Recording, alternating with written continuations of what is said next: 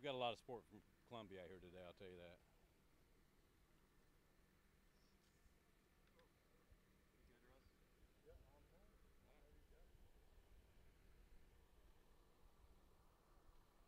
And questions would be, or do you want me to start off with what we had?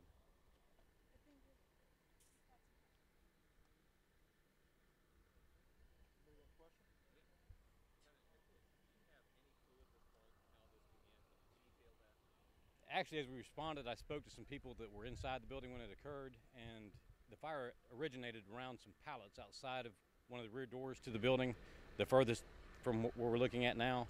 And before we could get on scene, it had actually transferred into the side of the building and become a free burning stage. And we have a heavy fire load inside the building, and it's all basically plastic, petroleum-based stuff, and that's why we have the thick black smoke burning. At this time, it's too premature to make any kind of assumptions as to how it started.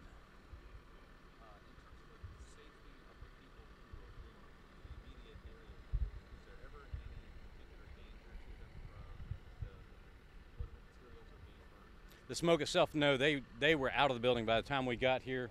They had actually evacuated and were across the street, and they haven't been allowed to go back in. Once again, because it's got a lot of fuel load in there. It's plastic, which is petroleum based, and it's really hard to put out. It produces really intense heat and burns for a long time, and we're going to be here for a while putting water on it and trying to extinguish it. And luckily we have a lot of help from Columbia Fire Department and other agencies surrounding us, and we really appreciate the manpower that we have here.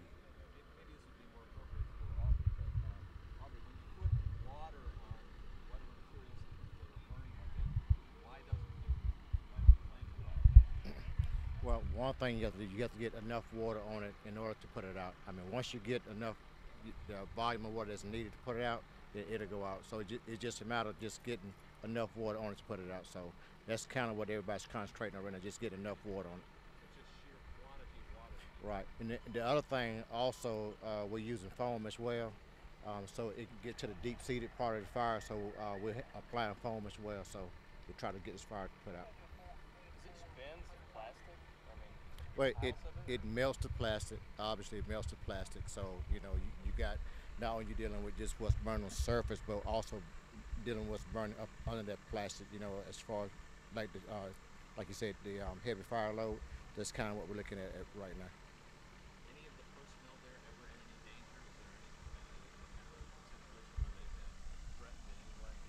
No, not at this time. Like I said, they caught the fire in the incipient stages. They tried to extinguish it themselves. They weren't able to do so. It did transfer to the inside of the building and went to the free burning stage, and that's when we arrived on the scene at 8:57 this morning.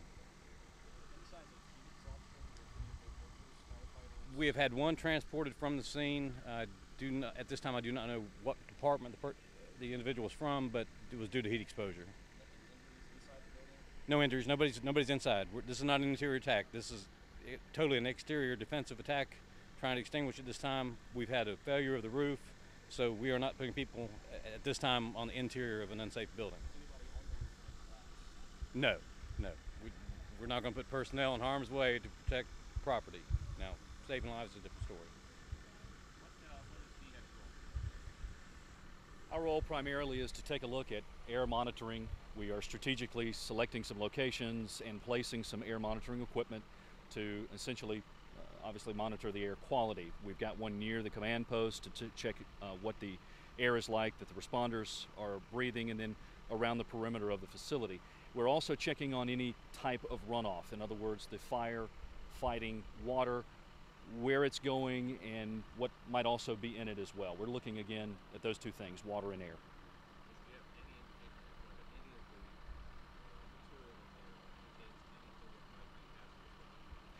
That's what we're trying to determine right now. At this point, we don't have any reason to believe that there's a threat to public health. We are right now seeing some weather conditions create the smoke, an effect where the smoke is going straight up. That might change throughout the day, but right now we're placing those air monitoring equipment sets out around.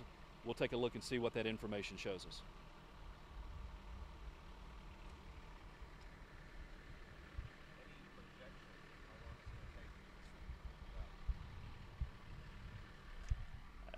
it's hard to say at this time. We basically, as Chief Jenkins alleviated to it earlier, we have to basically drown this fire, and the foam that we do use does basically smother it, and it also penetrates the fire due to the nature of the foam. It's a detergent type thing that will sink through the product that's on fire down into the seat of the fire and extinguish it.